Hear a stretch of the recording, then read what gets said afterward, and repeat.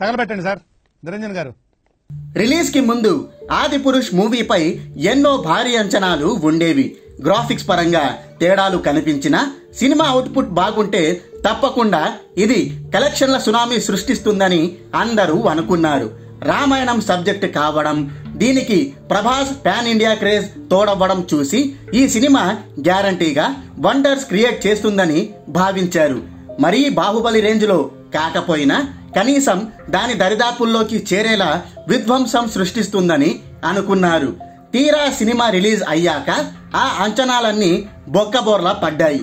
Director ఓం రౌత్ ఈ సినిమాను సరిగ్గా ప్రజెంట్ చేయకపోవడం వల్ల ప్రేక్షకుల నుంచి విమర్శలు ఎదురయ్యాయి. గ్రాఫిక్స్ చండాలంగా ఉంటే రామాయణంలోని పాత్రలను మనోభావాలు దెబ్బతీసేలా ప్రజెంట్ చేయడంతో సర్వత్రా ఈ మూవీపై నెగటివిటీ వచ్చి పడింది. దీంతో ఈ సినిమా బాక్సాఫీస్ వద్ద పెద్దగా పర్ఫామ్ చేయలేకపోయింది. వీకెండ్ పుణ్యమా అని తొలి 3 రోజుల్లో భారీ వసూళ్లే నమోదు చేయగలిగింది. కానీ వర్కింగ్ డేస్ లోకి అడుగు పెట్టాక ఈ సినిమా పూర్తిగా డీలా పడిపోయింది. కనీసం చెప్పుకోదగ్గ వసూళ్లు కూడా రాబట్టలేక నానా తంటాలు పడింది.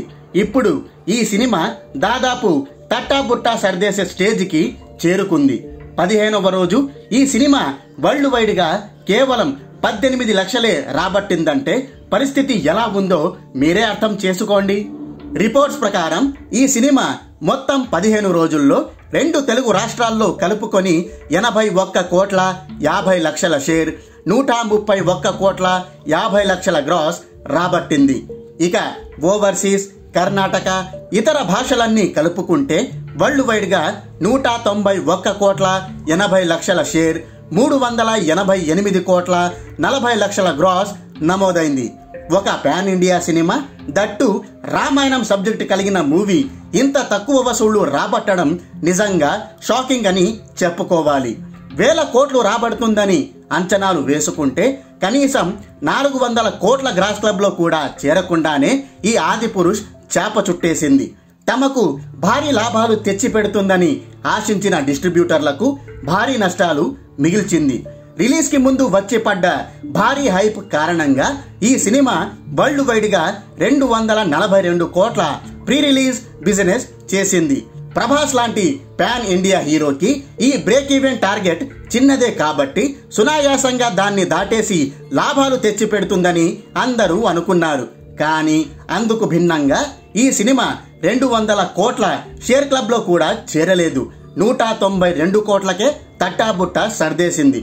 దీంతో ఈ సినిమాపై పెట్టుబడి పెట్టిన వారికి 50 కోట్ల వరకు నష్టాలు మిగిలాయి.